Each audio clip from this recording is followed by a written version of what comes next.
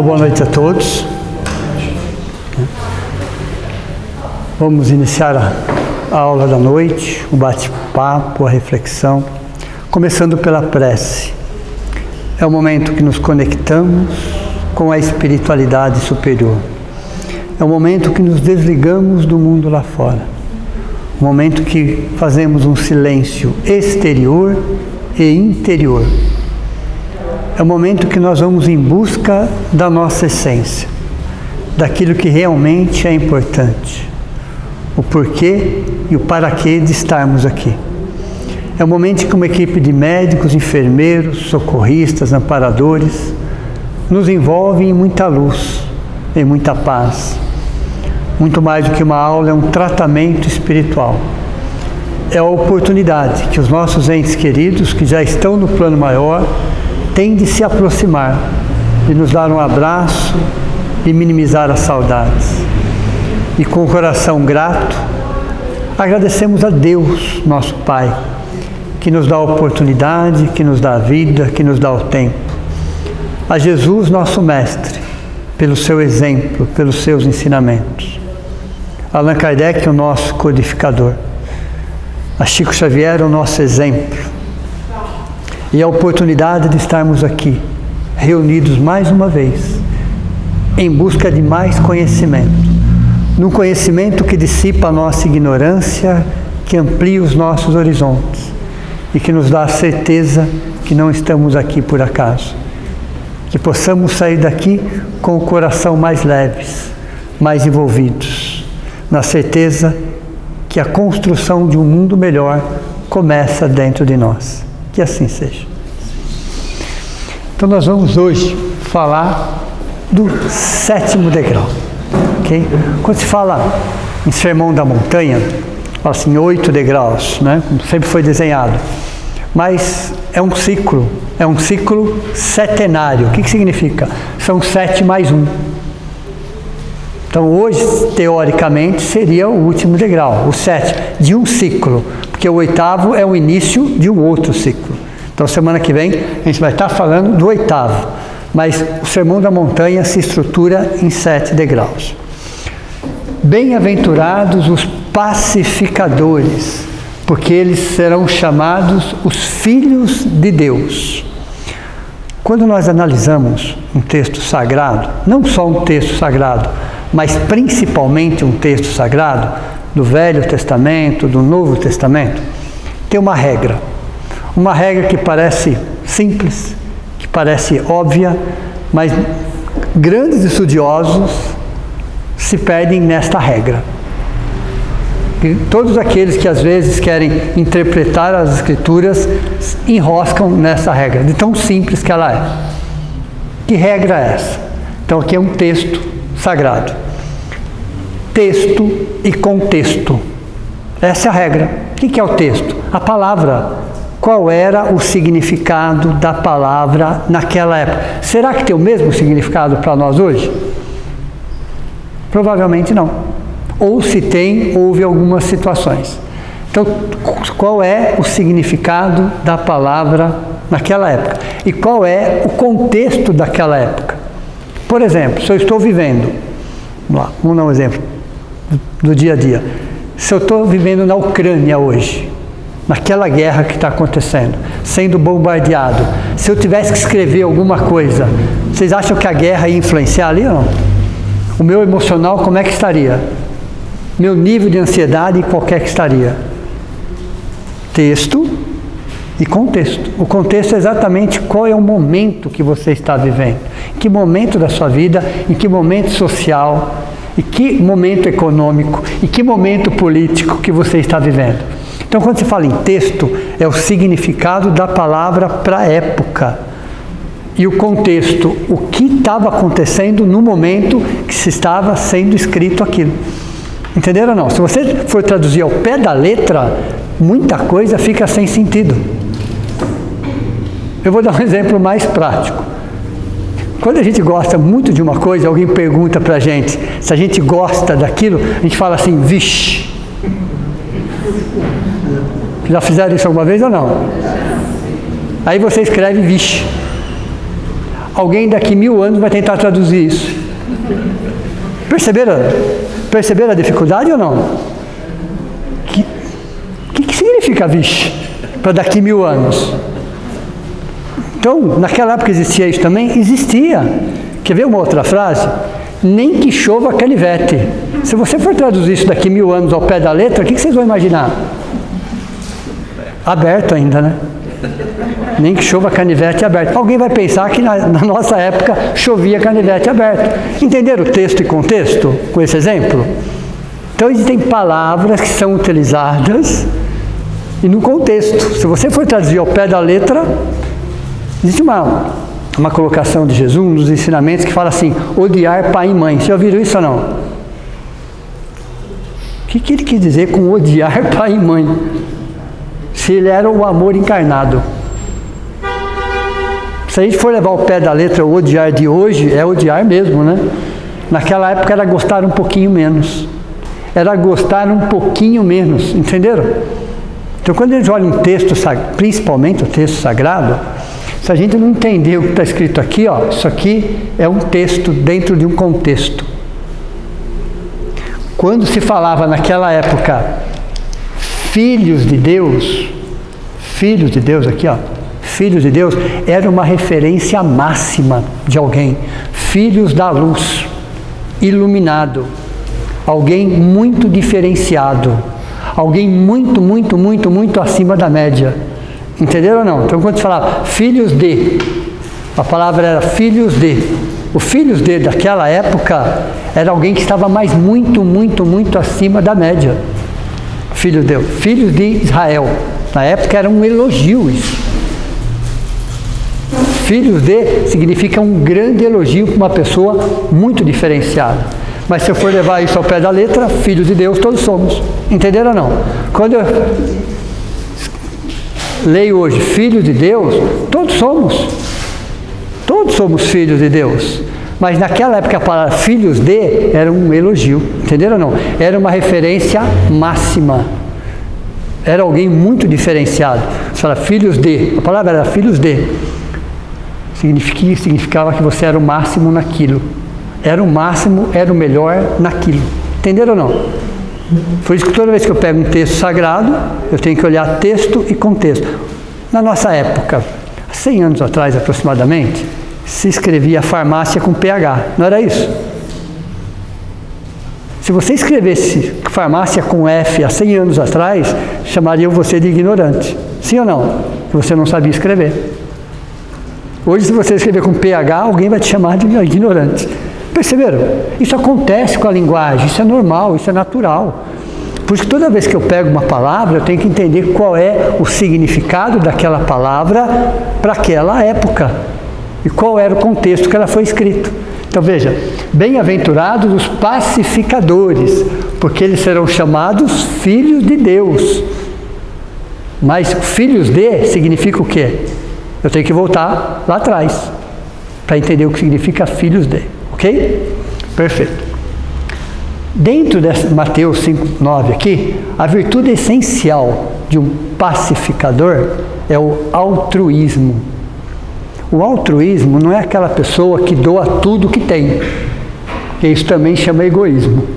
Olha, interessante isso. O altruísta não é aquela pessoa que doa tudo que ela tem, claro que não. Ela precisa de um necessário, só que ela sabe diferenciar o que é necessário e o que é supérfluo. Então, se ela usa um uniforme para trabalhar, por exemplo, ela não pode doar o uniforme, entenderam ou não? Porque ela precisa do uniforme. Se ela é um soldado que precisa usar uma arma, a arma faz parte do seu contexto, ela não pode doar a arma, entenderam ou não? Então, o altruísta é aquele que sabe diferenciar o que é necessário para a sua vida, para a sua experiência, para a sua tarefa, para a sua missão, e aquilo que para ele realmente não faz falta. Então, o altruísta é aquele que se doa, não o necessário que ele precisa, mas aquilo que realmente para ele não faz muita falta. Entenderam ou não? Então, a virtude do pacificador é o altruísmo, é aquele que promove a paz. Então, o que ele doa? A paz. A paz que ele tem. A gente só doa aquilo que a gente tem. Aquilo que a gente não tem, nós não doamos. E é interessante que eu volto aqui na nossa escadinha, e no degrau 3, mansuetude, significava o quê? Mansuetude. Autopacificação. O que significa mansuetude? Primeiro eu tenho que pacificar o meu coração, as minhas emoções, para depois, lá na frente, eu ser um pacificador. De nada adiantaria sair uma bandeira branca nas avenidas pedindo paz, e as pessoas que vivessem comigo debaixo do mesmo teto, eu transformaria a vida dessas pessoas num inferno. Entenderam ou não? Guerra, briga, discussão, desrespeito. Que paz é essa? Que paz é que fora de casa eu tenho uma bandeira branca, dentro de casa é pura guerra. Entenderam ou não? Então o pacificador, ele está exatamente no 7º degrau, tá? Nesse ponto do pacificador, lembra da história do vaso da semana passada? Até então a gente era um monte de terra que ele estava tentando moldar. No 6º, o vaso já tem forma de vaso. Ele já tem forma de vaso. O vaso, teoricamente, está pronto. No 7º, ele vai receber o quê? A temperatura. O vaso já está pronto no 6º, que é a simplicidade, mas é no 7º que ele vai ganhar a temperatura para que ele tenha resistência. Então, o 7º degrau é aqui, ó. Daqui para baixo é um trabalho interior. Os 3 primeiros degraus significam o quê? O primeiro nível, busca interior. Primeiro nível, primeiro degrau, segundo degrau, terceiro degrau é uma atitude psicológica, é a busca interior. No 2º nível é a dimensão espiritual. Eu vou buscar aquilo que transcende. No 4º nível, o outro entra para o meu burilamento, para o meu aperfeiçoamento. O outro. Aí é o perdão. No 4º nível eu vou buscar o quê? A essência. Não mais a personalidade, mas principalmente a individualidade. Esse é o 4º nível. No 5º nível, filhos de instrumentos de Deus, Deus começa a contar conosco na sua obra.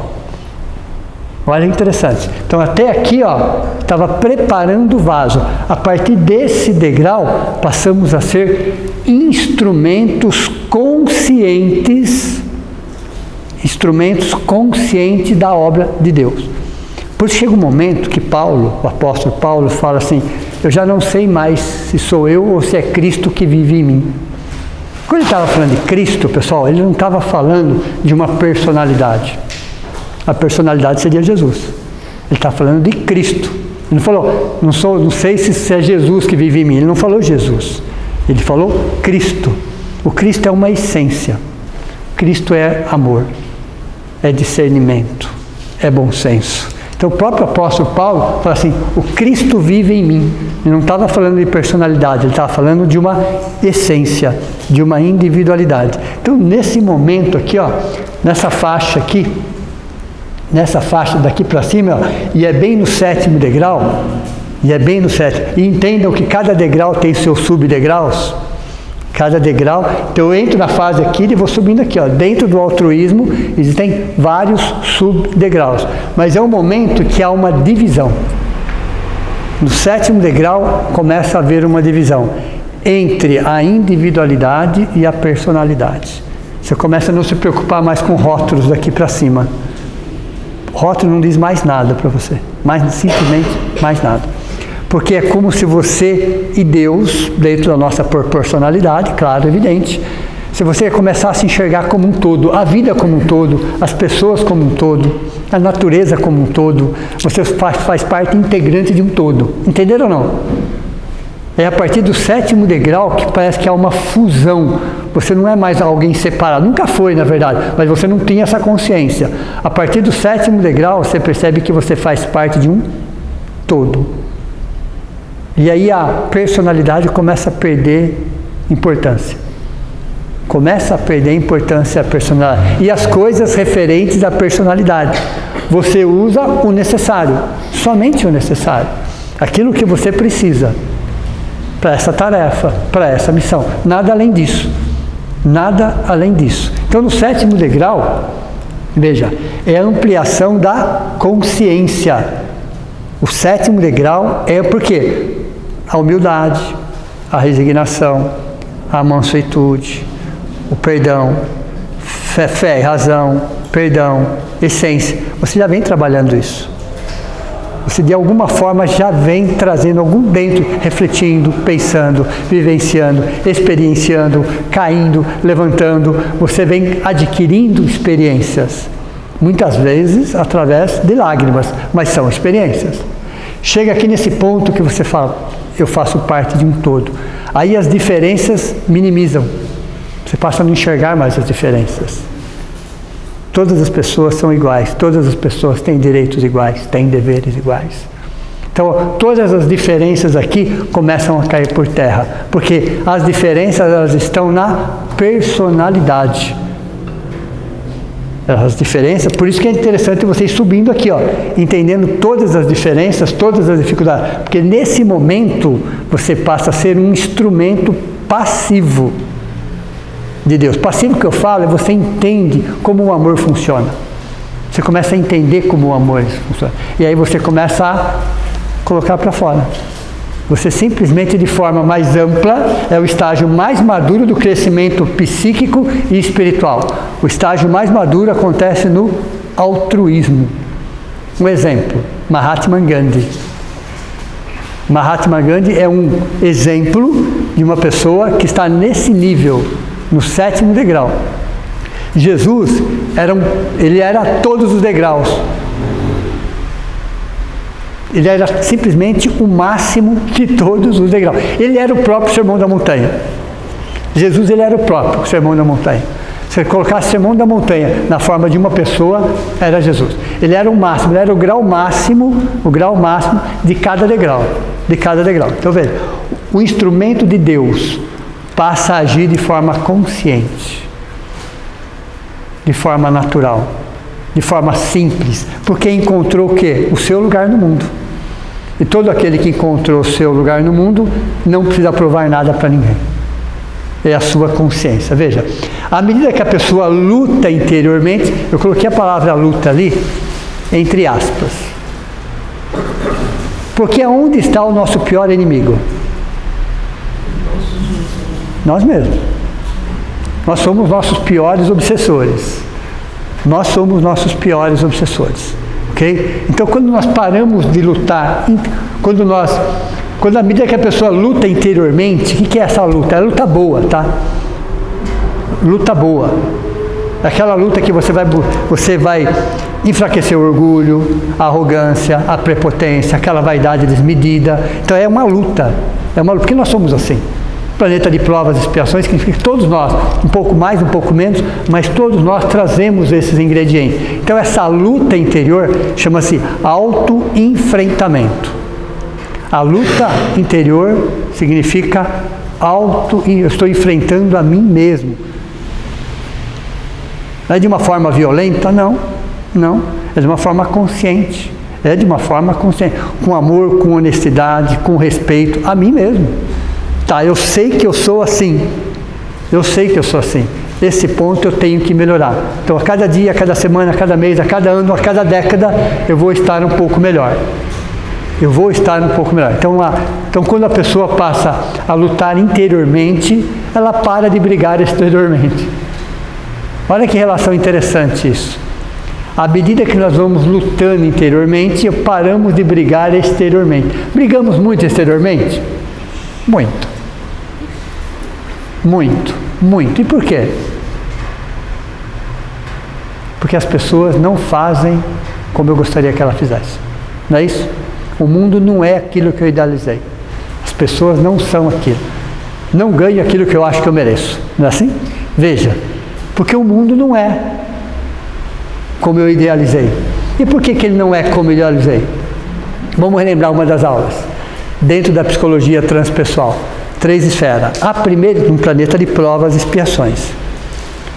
Num planeta de provas e expiações, eu posso falar em 3 esferas concêntricas, uma dentro da outra. A primeira esfera chama-se baixa autoestima.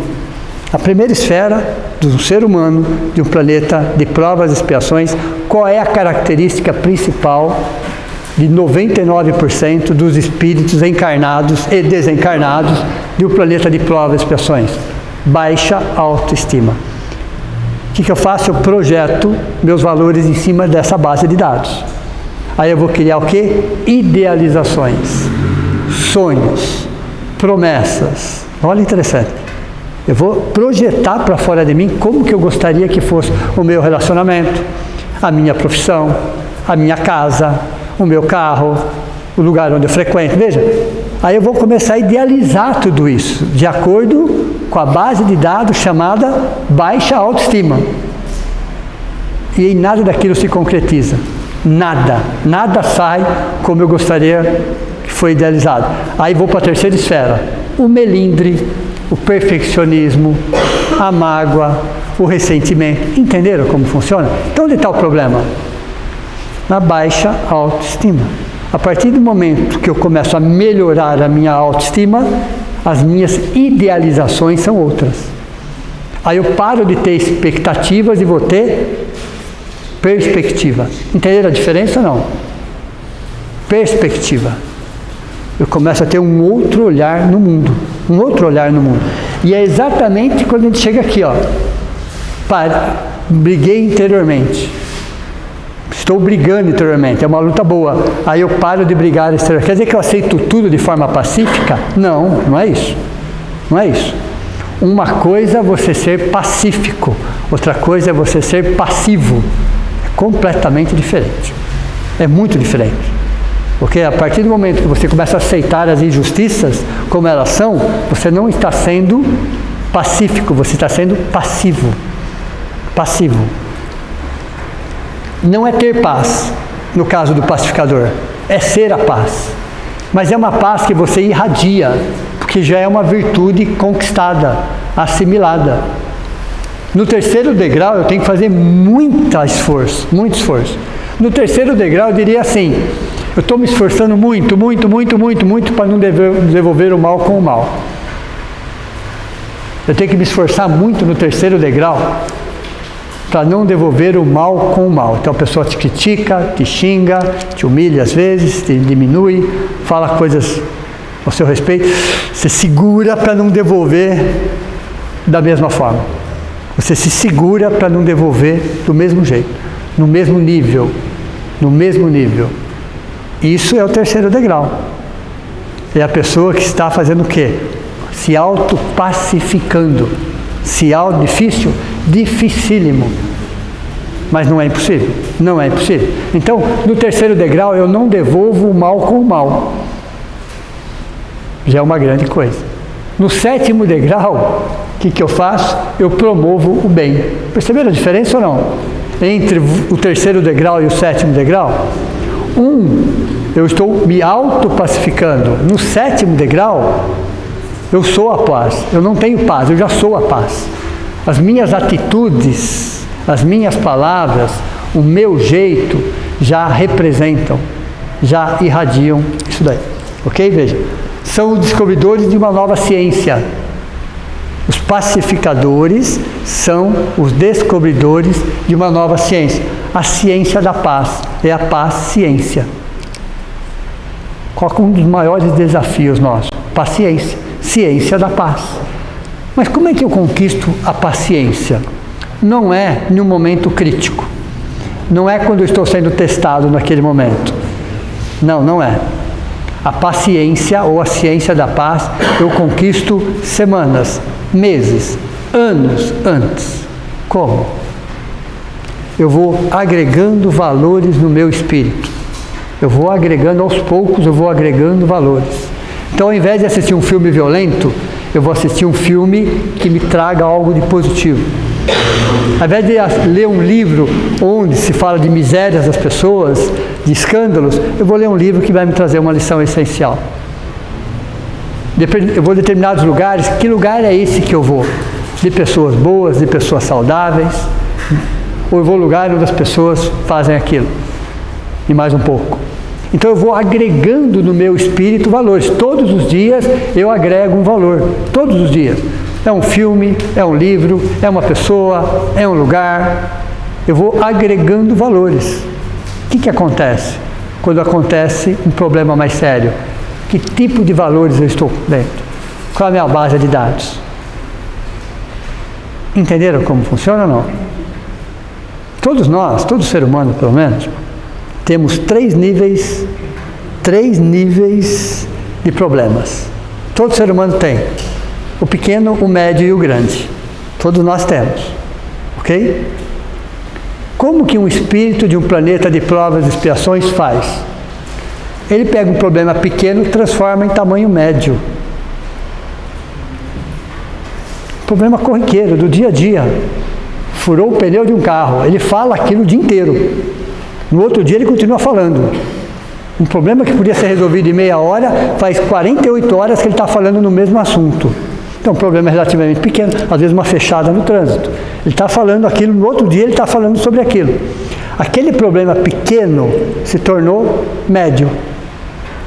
Aí ele tem um problema tamanho médio, às vezes é uma doença, um desemprego, uma situação que você não vai resolver em meia hora.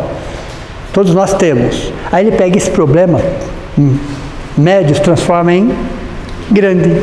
Ele fica 3 meses falando daquilo. 3 meses falando daquilo. Então aquele problema grande. Ok? Ele não terá problema grande, porque ele vai infartar antes.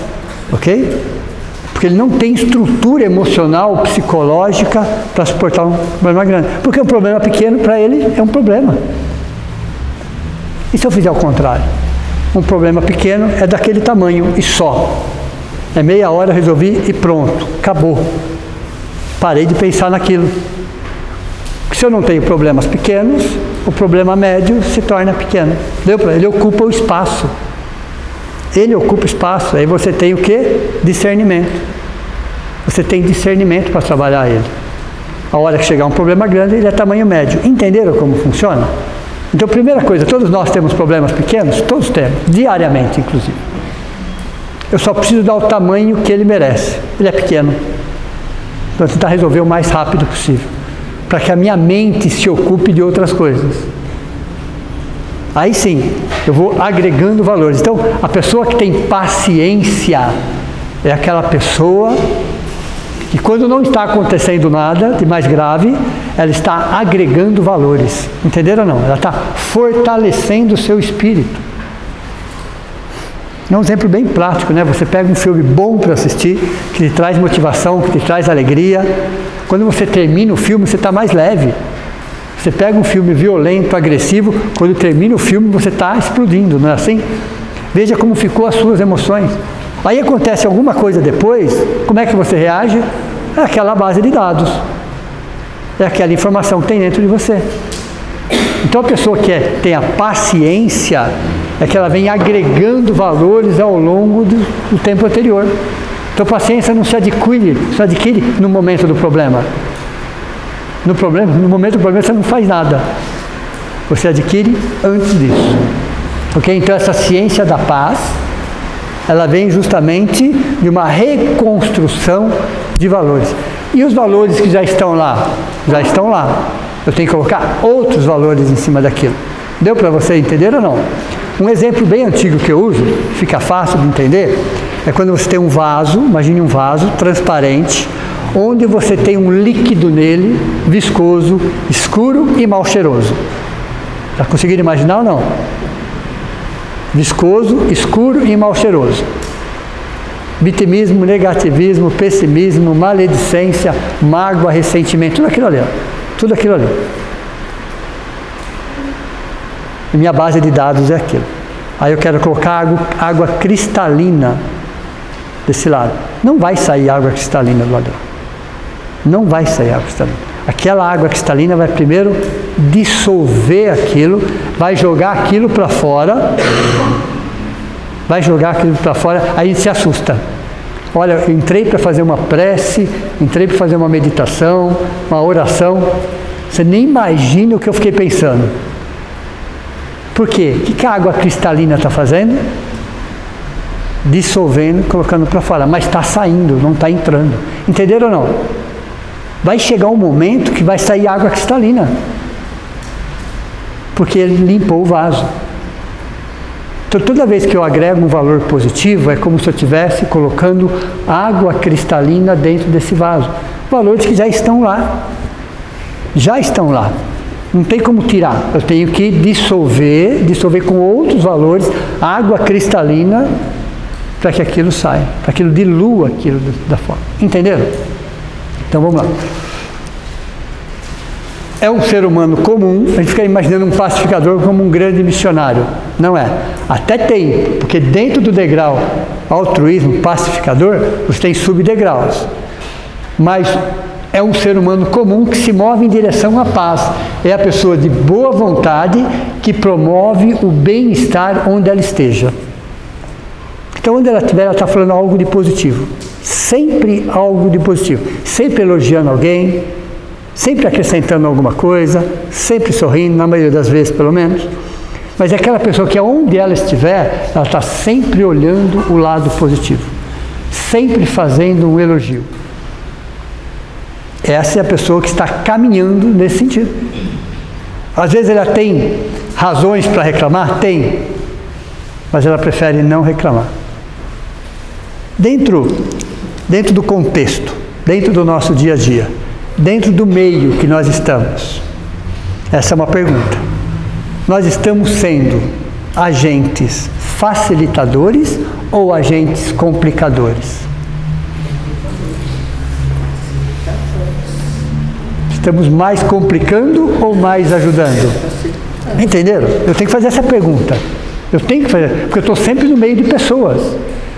Eu estou ajudando de alguma forma ou estou complicando ainda mais a vida das pessoas?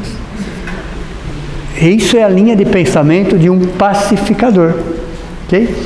Ama a si mesmo. Quer dizer que um pacificador tem autoestima elevada. É alguém que se ama, reconhece as suas potencialidades, reconhece as suas dificuldades, as suas limitações, mas ama a si mesmo. Quando Jesus trouxe aquela frase, que ele trouxe de acordo com o momento, de acordo com a nossa necessidade. A frase foi a seguinte: amar a Deus sobre todas as coisas e ao próximo como a si mesmo, ok? Só que ele falou isso há 2000 anos atrás. Nós éramos crianças espirituais. Não tinham nada desenvolvido na área da psicologia, da psicoterapia, 2000 anos atrás. Essa frase hoje, se ele fosse falar hoje, ele inverteria o sentido da frase. Ele inverteria o sentido da frase. Mas hoje nós temos condições para entender. Há 2000 anos atrás não teríamos. Porque hoje a frase ficaria: primeiro você ama a si mesmo. A partir do momento que você ama a si mesmo, você ama o próximo. A partir do momento que você ama o próximo, você chega a Deus. Entenderam ou não? Mas falar isso há 2000 anos atrás, não ia entender. E a frase foi distorcida e matamos o próximo em nome de Deus. Estava escrito na frase: amar a Deus sobre todas as coisas. Não pensamos duas vezes. Entenderam? Como éramos crianças espirituais. Então hoje a psicoterapia, a psicologia, a neurociência, a própria psiquiatria fala dessa necessidade e comprova essa necessidade do alto amor. Não é egoísmo, é alto amor. É muito diferente de egoísmo isso. Então, quem trabalha a pacificação, o pacificador, ama a si mesmo. Desse amor intenso a si mesmo, ama o próximo. Porque ele enxerga no próximo como enxerga a si mesmo. Mesmos direitos, mesmos deveres, como ele gostaria de ser tratado, como ele gostaria de ser respeitado. Ele não olha mais diferenças. Ele não, apenas as diferenças quase inexistem. Somos todos seres humanos. Todos caminhando na mesma direção. Ele olha a própria natureza de um outro jeito, de uma outra forma. Porque é um todo, ele percebe que ele é um todo, ele não é um ser diferenciado.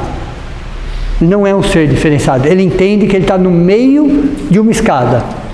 Existem irmãos mais novos, existem irmãos mais velhos. Ele está no meio da escada. Ele respeita tanto quem está embaixo quanto quem está em cima. Porque ele sabe que veio de baixo. E ele sabe que ele está subindo. E ele sabe que para ele subir, ele precisa de quem está em cima. Mas para ele subir, ele precisa ajudar quem está embaixo. Olha a consciência que ele tem. É um todo. é um todo. Veja, não existe amor sem presença do próximo. Ele sabe o quanto é importante o próximo. Quando nós estudamos aqui sobre o perdão, que é o desafio do século XXI, a gente vai entender que essa situação que acontece do perdão, que é o amor do século XXI, o amor do século XXI chama-se perdão, porque ele vai ter que trabalhar a humildade, a resignação, fé, razão, mansuetude. Então é um grande desafio, mas essa lição tem que vir pelo próximo.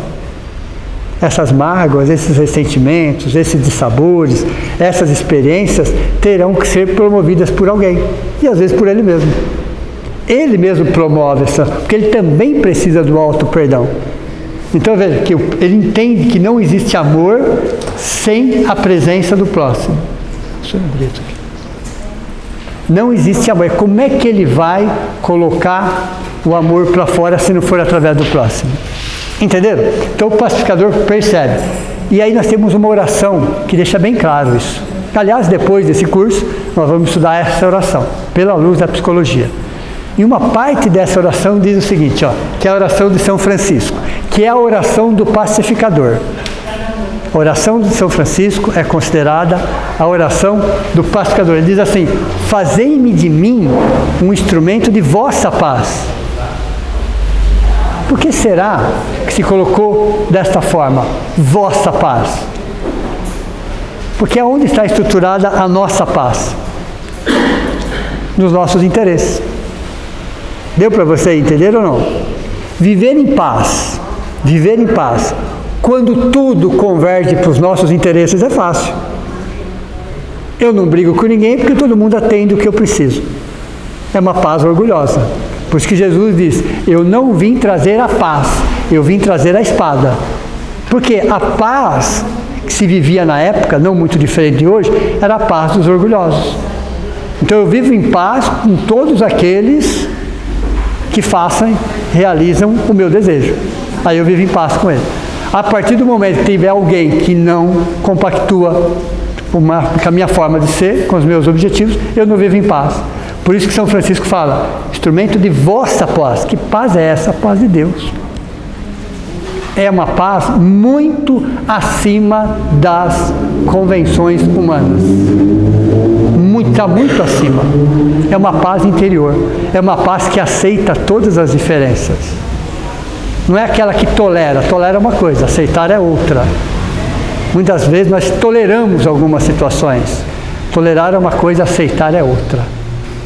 Okay? Então, quando Francisco de Assis fala, instrumento de vossa paz, é essa paz. Não é a nossa paz. Deu para você? Porque a nossa paz ainda está envolvida com a baixa autoestima. Entenderam? Então, que paz é essa? É a mesma paz que foi combatida por Jesus. Ok? Então, vamos lá. Voltando aqui. A primeira fase das bem-aventuranças são formados por 7 primeiras, o fechamento de um ciclo. Então, são 7 degraus. 7 mais 1. Mas o primeiro ciclo são 7, fecha-se com 7, porque são virtudes humanas. São virtudes essenciais, mas são virtudes humanas, que vai reestruturando a nossa psique, vai reestruturando o nosso emocional, vai fazendo com que a gente reflita degrau por degrau. Então é um ciclo setenário. O 7, não é um número cabalístico ou místico, até pode ser visto dessa forma, mas não é exatamente isso. O 7 é considerado, por isso que o próprio Jesus usava a palavra 7, existe muita referência do 7, muita, porque ele é considerado na matemática o número perfeito dos ciclos temporais. Número perfeito dos ciclos temporais. O que significa isso? É o único número que a divisão dá exata. 7 significa 2 vezes 3,5, é isso? 3,5, aí que está o segredo. É 2 mais 1 mais meio, um dobro do outro. Entenderam ou não? Então eu tenho 2, eu tenho 1 e tenho meio. Então o meio, o dobro do meio é 1, o dobro é 2. Então são números dobrados. É o único número que dá essa divisão. Então quando se calcula a evolução, se calcula na base do 7. Porque você divide em 2 de 3,5. 3,5 é 2 mais 1 mais meio. E em 4 ciclos ainda. Mínimo e máximo. Médio e médio. Entenderam? Então o 7 tem muito mais a ver com a estrutura das formas, com a evolução dos seres. Não é exatamente místico ou cabalístico. Pode até ser visto dessa forma, mas ele serve para a estrutura das formas, para a evolução humana. Quando se fala de reencarnação, de 0 a 7, 7, 14, 14 a 21. Quando você fala em todos, a evolução nossa, até os 84 anos, média, você tem o primeiro ciclo que é 0 a 7, depois 7, 14, 14, 21, 21, 28, 28, 35, 35, 42, ápice. 42, você chegou no ápice, na metade, ok? Aí você tem ali, descendo, 42, 49. 42, 49, 56. 56, 63. 63, 70. 70, 77. 77, 84. Cada ciclo é como uma escada, sobe e desce. Você tem ciclos de frente um com o outro. Deu para você entender ou não? Por exemplo, de 0 a 7, o que uma criança busca do 0 a 7? Independência, não é isso? Independência, quer fazer as coisas sozinhas. O que uma pessoa busca do 77 a 84? É a mesma coisa. É a mesma coisa. Se vocês pararem para pensar, são ciclos invertidos. São ciclos invertidos, mas estão buscando a mesma coisa. Estão buscando exatamente a mesma coisa. Então, cada degrau você tem o ciclo invertido, que se busca na essência a mesma coisa, mas numa outra fase, num outro momento, numa outra situação. Qual que é melhor? Está subindo ou que está descendo? Olha, interessante. A melhor é que está descendo. Você tem toda a experiência de quem já subiu. Entenderam ou não? Você está descendo e você tem todas as experiências. Você está buscando as mesmas coisas essenciais, porém com a experiência, com o conhecimento. Então é algo que ascende, depois descende. Deu para você entender ou não? Então o 7 ele é utilizado justamente para a evolução. Tudo está atrelado à evolução. Por isso que Jesus coloca 7 degraus no sermão. E o 8º é o próximo ciclo. É interessante que o 8º, que eu vou falar semana que vem, ele olha para o primeiro. Ele olha exatamente para o primeiro, com outros olhos. Teoricamente, a recompensa, vamos falar assim, né, é a mesma. Teoricamente é a mesma. Está olhando para o mesmo degrau, mas com outros olhos. Entenderam como funciona? Então é uma montanha que a gente vai subindo. Cada subida vai gerar esforço, desgaste, quedas.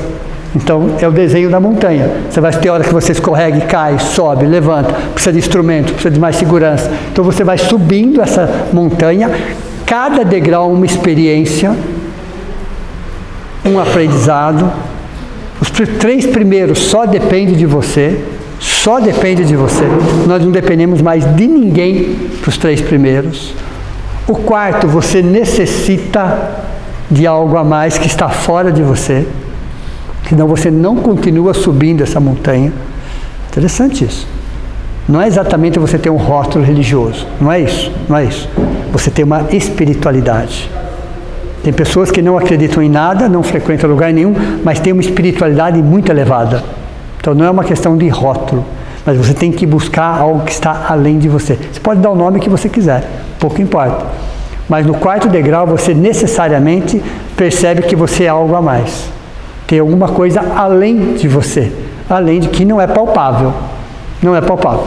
Aí no 5º degrau, você tem que entender qual é a importância do outro, nesse caso, o perdão e o auto-perdão, seu auto-burilamento. Então, as experiências que todos passamos, de magoar e ser magoado, ferido e ser ferido, prejudicar e ser prejudicado, porque amamos de forma possessiva, ainda amamos de forma possessiva, ainda somos egoístas no amor, ainda somos carentes, ainda enxergamos o outro ou a outra somente com os nossos olhos, aí gera todos os conflitos. Por isso que o maior conflito do mundo, mais de 8,5 bilhões de habitantes, é no quesito relacionamento. É no quesito relacionamento. Eu diria um pouquinho mais. É no quesito autorrelacionamento. O problema nem está tanto com o relacionamento, mas com o autorrelacionamento. Porque nós refletimos o autorrelacionamento no relacionamento. Como é que eu estou me autorrelacionando? Como é que está o meu relacionamento com Deus? Porque a minha vida muitas vezes reflete como eu relaciono com Deus. Até pouco tempo atrás, eu separava uma coisa da outra. Deus está na igreja e uma parte da minha vida está fora da igreja. E as coisas não se misturavam. Hoje eu percebo que não é bem assim. Que só existe uma igreja, planeta Terra. Todos nós estamos dentro da mesma igreja, do mesmo templo. Okay? Então não tem nada fora e dentro. Você está exatamente onde está o seu coração. E aí a gente começa a perceber que no perdão eu vou começar a entender a minha necessidade de me superar. Perdão é superar o ressentimento, é superar o orgulho, é superar travas que eu coloquei dentro de mim. É entender muitas vezes o porquê e as razões. É um processo de autoburilamento, de quebra de paradigmas. Aí eu vou em busca da minha essência. Veja, porque é uma montanha. Jesus subiu num monte, mas é uma montanha. Porque quando você para pensar e subir, é uma montanha. Íngreme, difícil de subir, que eu vou precisar de instrumentos. Quais são esses instrumentos que eu vou precisar? E à medida que eu vou subindo, eu vou me machucando. É uma montanha, vou ralando, vou caindo, vou levantando, até eu chegar no sexto. Espera aí, entendi. A essência. Busquei a essência, agora eu vou para o 7º degrau. Hoje, instrumentos de Deus. Nome, sobrenome, referências perdem completamente. E não nos faz falta. E não nos faz falta. Então, mesmo encarnado, eu posso estar dentro de um contexto, isso não é problema, ok? Mas o meu espírito está fora do contexto, completamente fora do contexto. Eu posso estar dentro de uma estrutura, sem dúvida, mas eu sou muito mais do que a estrutura. Vou dar um exemplo dentro da estrutura espírita. Você tem o amor à causa espírita, ok? Então é o amor à causa. Então nós amamos a causa espírita, a filosofia, a ciência, a religião, todos os livros, a linha de pensamento, o raciocínio, tá, ótimo, excelente, tem que ser assim. Depois você tem o amor à casa material, a estrutura, as pessoas.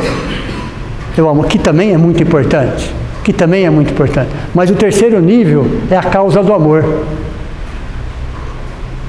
As duas primeiras são importantes, mas olha a terceira.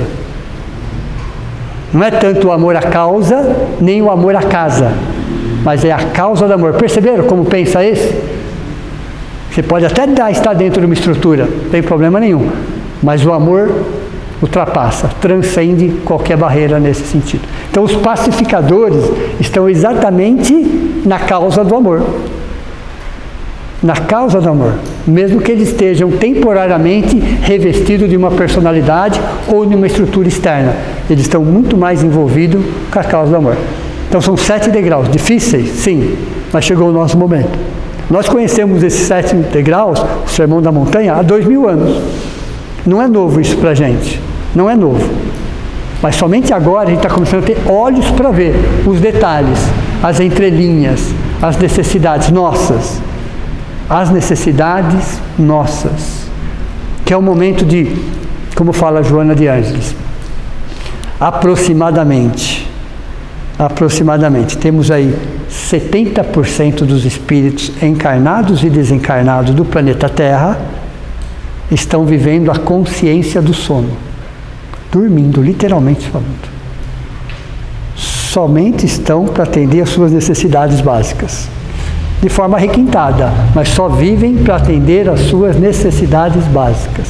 Só. Então são mais de 70% de espíritos, consciências do sono.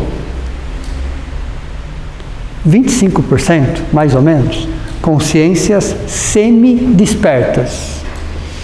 Consciências já estão percebendo, é o nosso caso. Que bom, tomara, pelo menos. Tomara que você fala, tá, tem as necessidades básicas? Sim, mas tem algo a mais. Não é só isso. Isso, somente isso, já não me preenche tanto. A vida tem que ter um outro significado, tem que ter um outro sentido. Porque isso, atender às necessidades básicas, qualquer criatura mais ínfima faz. Uma ameba já faz isso. Então não somos muito diferentes. Se eu tiver só para viver isso, eu sou uma ameba VIP, só. A diferença é essa. Se eu vivo só para atender às minhas necessidades básicas e instintivas, uma ameba já faz isso. Não sou muito diferente dela, não. Mas quando eu percebo que a vida é um pouco mais, eu estou com a consciência semi-desperta. Então a minha visão já passa a ser outra. E 5% mais ou menos já estão com a consciência despertas. 5%. Pouquíssimo, mas é uma necessidade. Então a gente percebe que é um processo lento e gradativo. Então o Sermão da Montanha é a plataforma de Jesus para despertar a nossa consciência. É a plataforma. O que eu preciso? Quais são os degraus? Qual é o caminho que eu preciso seguir para se tornar uma consciência desperta? É o Sermão da Montanha. Por isso que Mahatma Gandhi, um hindu, ok? Não era cristão, num dos seus comentários, disse que se perdêssemos todas as escrituras sagradas e ficássemos somente com o Sermão da Montanha, nada estaria perdido. Veja. Quando um cristão fala isso, você até desconfia. Mas quando alguém que não é cristão fala isso, veja, a grandiosidade e a estrutura. Então, precisamos de um trajeto, precisamos de um roteiro, precisamos. Sem dúvida, precisamos mesmo. O Sermão da Montanha. É só o Sermão da Montanha? Não, mas principalmente o Sermão da Montanha. Principalmente. Porque através do Sermão da Montanha que eu vou entender o passo a passo. Por onde eu começo? Então nós começamos a falar de humildade? Não, começamos a falar de gratidão. Gratidão do terceiro nível. Aí eu fui para a humildade. Aí eu fui para a resignação. Aí eu fui para a mansuetude. Mas à medida que eu vou entendendo a teoria de cada coisa, eu vou introjetando. É um processo de introspecção. Cada coisa. Só estou na teoria. Ótimo. Só estou na teoria. Não consegui praticar nada. Ótimo. Você já está na teoria. Já está na teoria. Então, à medida que eu vou colocando isso dentro de mim, o autoenfrentamento não é o Sermão da Montanha fora de mim. É o Sermão da Montanha dentro de mim. A montanha está dentro de mim. Não está fora de mim. Não é vencer o próximo, não é vencer o mundo. Não é nada disso. É você começar a olhar o mundo de outros olhos. Aí a gente vai chegar à seguinte conclusão. O mundo está absolutamente certo como está. Não tem nada de errado. Tudo o que está acontecendo está certo como está. Poderia estar melhor? Até poderia. Mas são os nossos olhos que tem que mudar. A forma de enxergar tudo isso que tem que mudar. Que à medida que você vai enxergando de outra forma, você vai reconstruindo isso. Quando Jesus disse, há muitas moradas na casa de meu Pai, uma das frases de Jesus, né? Na visão científica são os planetas, sistemas e galáxias. Entendi. Os mundos físicos. Na visão filosófica são as camadas espirituais, aonde eu estou vibrando, na questão filosófica. Mas na questão religiosa é o que eu estou sentindo. Então não importa em que mundo você esteja. É o mundo que você constrói dentro de você. Esse mundo que você constrói é exatamente o Sermão da Montanha. É o passo a passo. Dá para ser pacificador sem passar por isso aqui? Não dá. Eu primeiro tenho que pacificar o meu coração, as minhas contradições, a minha agressividade, a minha violência, a minha inaceitação da vida como ela é, das pessoas como elas são. Primeiro eu tenho que cuidar do meu coração, é não devolver o mal com o mal. Essa é a lição do terceiro degrau. A hora que eu entender isso aqui, que eu vou ter que passar por mais alguns degraus, vem o sétimo degrau. Só que aí passa a ser natural. Passa a ser natural. Instrumento de Deus. O que significa instrumento de Deus? Deus vai nos colocar exatamente onde Ele precisa para ser a paz. Entenderam ou não? de acordo com as nossas possibilidades, de acordo com a nossa capacidade. Então, se existe um conflito ali e você já se despertou nesse sentido, é lá que Ele vai te mandar. É lá. Vai ser fácil? Não, não vai ser fácil. Mas é lá que Ele precisa. Então, instrumentos de Deus é Deus te colocar exatamente aonde precisa de você. Aonde precisa de você. Então, se você já entendeu o que significa ser pacificador, ter paz no coração, é lá. Eu preciso estar pronto para isso? Não. Não. Você vai ficando pronto à medida que você está fazendo. Entenderam ou não? Você vai adquirindo a experiência à medida que você vai fazendo. Como que se aprende a amar? Amando. Como se aprende a perdoar? Perdoando. Entenderam ou não? Então eu tenho que estar no meio de conflitos justamente para ir trabalhando o meu coração. Trabalhando as minhas reações. As minhas reações. Então o pacificador é aquele que não reage, ele age. É diferente. Reagir é instintivo, agir é diferente. É algo que você faz pensando em cima disso. E a gente começa a perceber que é bem a linha divisória, ó. Daqui para baixo é eu, bem aqui. Daqui para cima é o Cristo. E começa na onde? Aqui, ó. Porque quando você encontra a sua essência, eu sou a imagem e semelhança de Deus. A essência é a imagem e semelhança de Deus. Não na forma, mas na essência. No 7º degrau, você passa a ser filhos de Deus. O filho de Deus é o instrumento de Deus. Você e o Pai estão tão juntos, que você faz à vontade. Aí são chamados filhos de Deus. Não é servo de Deus. Entenderam ou não? Servo é empregado. Na melhor possibilidade, ele é um colaborador. Na melhor das possibilidades. Então, eu não sou servo de Deus, sou um filho de Deus. Filho de Deus é aquele que está contribuindo. Contribuindo. Aí escutamos aquela frase, e Deus jamais parou de criar. Não é assim? Tem muitos nascendo agora. E Ele vai precisar de quê? Dos seus filhos, para que possa dar continuidade nisso. Quantos Cristos existem na nossa galáxia? Nós só conhecemos um. Demos o nome dele de Jesus. Mas são milhões de Cristos numa única galáxia. Numa única galáxia. Então, quando Deus está nos criando aqui, ó, Cristos. Começa aqui a nossa caminhada. Cristo vive em mim, o mensageiro, o enviado. O que significa Cristo? É uma palavra de origem grega, Christos. Significa o quê? Enviado, mensageiro. Filhos. Filhos no sentido que? Daquele que faz. Não mais só aquele que recebe, mas aquele que faz. Então o 7º degrau é o fechamento de todo esse ciclo. Para que a gente possa entrar num outro ciclo. Com outros olhos. Com outra experiência. É a mesma coisa, chegamos no top, agora eu vou estar descendo com todas as experiências, com todo o conhecimento, com todo o aprendizado. Esse é o 7º degrau. É exatamente esse é o ponto chamado altruísmo. Aí temos vários espíritos encarnados, porque você tem o altruísmo na condição humana e você tem o altruísmo na condição angelical. Estou falando do altruísmo da condição humana. Então você tem um Chico Xavier, você tem uma Irmã Dulce, você tem um Frei Damião, você tem um Gandhi, você tem um Mandela, você tem vários, cada qual dentro de uma estrutura, mas todos eles promovendo a paz. Repararam ou não? Todos eles tinham algo em comum? Todos eles? Eles promoviam a paz. Eles já eram pacificadores na condição humana. Na condição humana, dá para ser pacificador num planeta de provas e expiações, principalmente num planeta de provas e expiações. Não queiram ser pacificadores em mundos felizes, tá? Não tem sentido. Nem precisa. Nem precisa, ok? No mundo de regeneração já não precisa. Já não precisa. Onde vai ser pacificador? Num planeta de provas e expiações. Então, quando nós somos convidados a estar no planeta de provas e expiações, e já estamos chegando nesse ponto, é porque todos os conflitos, todas as discussões, todas as controvérsias, é justamente para o nosso aprendizado.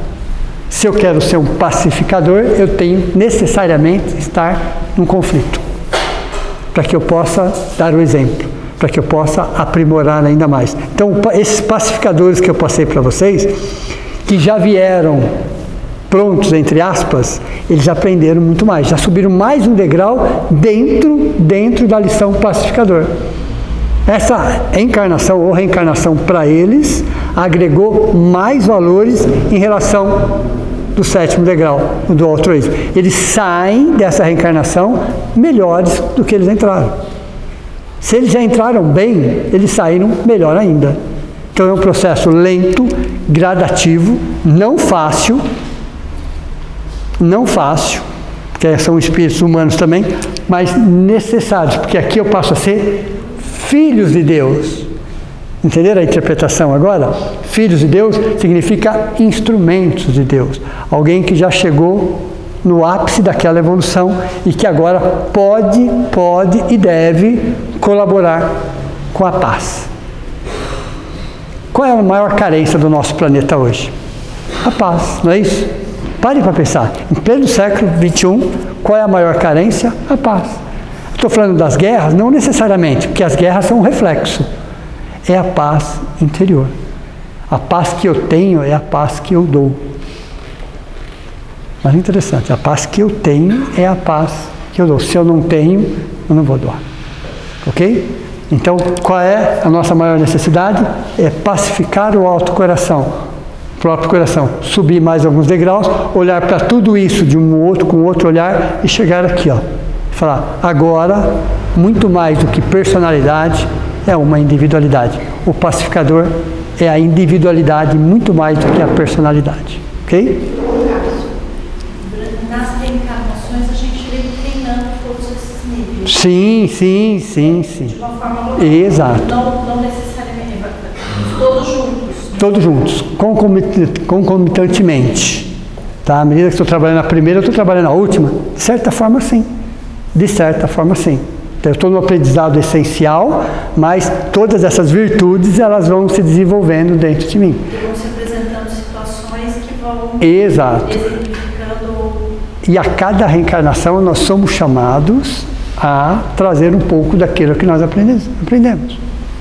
Às vezes aprendemos a teoria, agora é a prática. 2000 anos da lição do perdão. O que vocês esperavam? Um diploma para pôr na gaveta? Uma prova. Às vezes uma expiação. Então não é castigo. Então muito mais do que ficar preso a uma pessoa ou uma situação, a lição essencial que aquilo trouxe para mim. Entenderam ou não? É a lição essencial que aquilo trouxe para mim. Assim como as doenças, as situações, elas estão personalizadas. O que significa situações personalizadas? Assim como as doenças, as situações estão personalizadas. O que é? Estão adequadas ao meu momento evolutivo. Então, as dificuldades que eu passo têm a ver com o meu momento evolutivo. As doenças que são semelhantes na forma, porque o corpo é igual, elas estão personalizadas, adequadas, ajustadas à psique de cada um. Estão ajustadas à psique de cada um. Como que eu reajo àquilo? Porque o que é a doença? É uma disfunção entre forma e forma. Desequilíbrio emocional. Mais de 90% das doenças significam o quê? Desequilíbrio emocional. Fora? Não. Dentro. O problema é dentro, não é fora. Não é o que o outro ou o que a outra fez, mas aquilo que restou dentro de mim. É isso que me faz um estrago. Não é aquela situação, mas é a energia daquela situação que eu decido que vai ficar dentro de mim. É uma decisão minha. Aquilo que faz estrago dentro de mim. O mal que o outro faz para mim não me faz mal. O mal que o outro com a outra faz para mim não me faz mal. O mal que me faz mal é aquele que me torna um homem mau. Entenderam ou não? É aquele que eu faço para os outros. Isso me faz um estrago. Não é exatamente aquilo que eu recebo, mas principalmente aquilo que eu dou. Então a palavra vingança aqui já não existe mais. Aqui até daquela vontade, no 3º degrau. Aqui já não existe mais. Porque você promove a paz. Aqui você não devolve o mal. Aqui você nem pensa nisso, mas você já promove o bem. Entenderam ou não? Então, se alguém te magoa, pacifica. Se alguém te fere, pacifica. Se alguém te humilha, pacifica. Pacifica o seu coração. Não devolva com a mesma moeda. Não devolva. Tudo passa. E aos poucos aquilo vai adquirindo experiência. Entenderam? Dá para ser pacificador?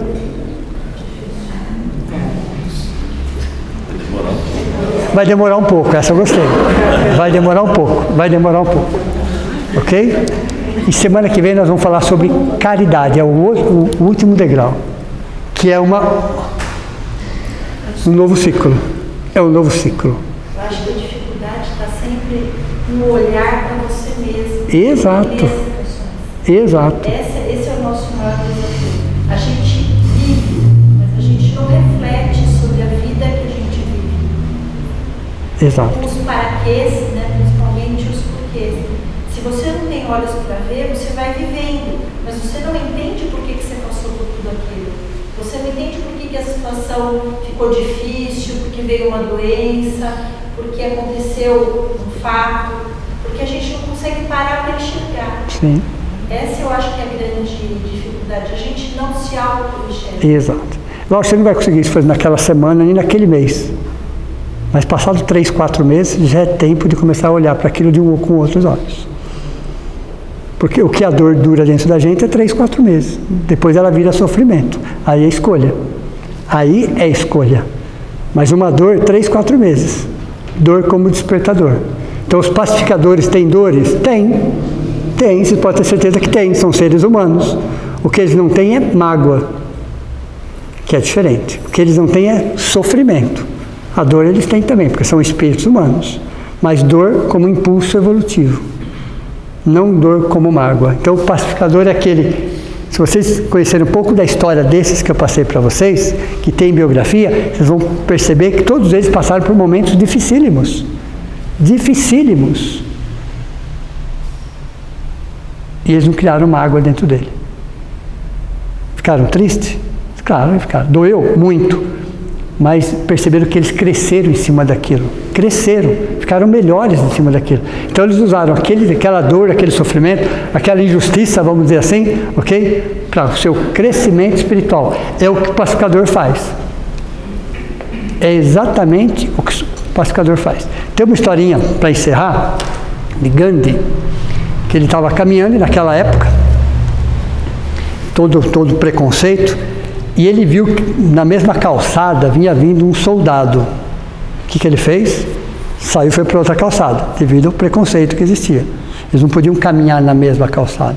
Então ele viu Gandhi, tá? Ele atravessa e vai para o cantinho dele. O soldado foi até ele. Chegou nele e começou a espancá-lo. E batia, e ele caía, e batia, ele caía, e batia, ele caía, ele bateu várias vezes, arrebentou ele. E ele levantava de novo, apanhava de novo. Chegou uma hora que o soldado falou assim para ele: quem que te ensinou a ser tão covarde? Tão covarde, que você não reage a nada. Aí ele percebeu que o soldado carregava um crucifixo. Ele foi, segurou no crucifixo, esse aqui. Veja, ele usou do crucifixo do soldado, segurou e falou: esse aqui que me ensinou a não devolver o mal com o mal. É o que você estava carregando no peito. Aí o soldado cai de joelhos e pede perdão para ele. Entenderam? Tudo bem, nós não somos um Gandhi. Calma, pessoal. Calma. Vai demorar um pouquinho. Mas perceberam que ele não devolve o mal com o mal e na oportunidade ainda promove o bem? Ele falou que é exatamente Cristo que tinha ensinado ele a não reagir de forma violenta. É o que o soldado carregava como crucifixo. Esses são os exemplos. Esses são os exemplos. Ok? Ele não era cristão, né? Fica bonito para o cristão falar isso. Ele não era cristão, inclusive. Mas ele entendeu através do Sermão da Montanha, que ele estudou o Sermão da Montanha, e aí ele percebeu qual era a lição do pacificador. E ele já era um pacificador. Porque ele já tinha, primeiramente, dominado o próprio coração. Ele já não reagia. Entenderam? Ok? Então, uma boa noite a todos vocês e até semana que vem. Vamos, nesse momento, agradecer a Deus, a Jesus, a toda espiritualidade amiga, a essa oportunidade, a esse reencontro, a esse tratamento, a essa alegria de estarmos juntos com um plano maior, com a equipe de médicos, enfermeiros, socorristas, amparadores, que estão aqui ao nosso lado, investindo em nós, confiando na nossa capacidade de aprendizado, acreditando nas nossas potencialidades, tendo a certeza que em pouco tempo estaremos refletindo, interagindo, trazendo cada uma dessas lições para os nossos corações, numa terra fértil, que aos poucos, com o tempo, essas sementes irão germinar. É assim que Deus faz. Deus não usa de violência, Deus usa do tempo, das oportunidades. É o momento que agradecemos toda a espiritualidade por estar aqui. A todos aqueles das mais diferentes denominações religiosas.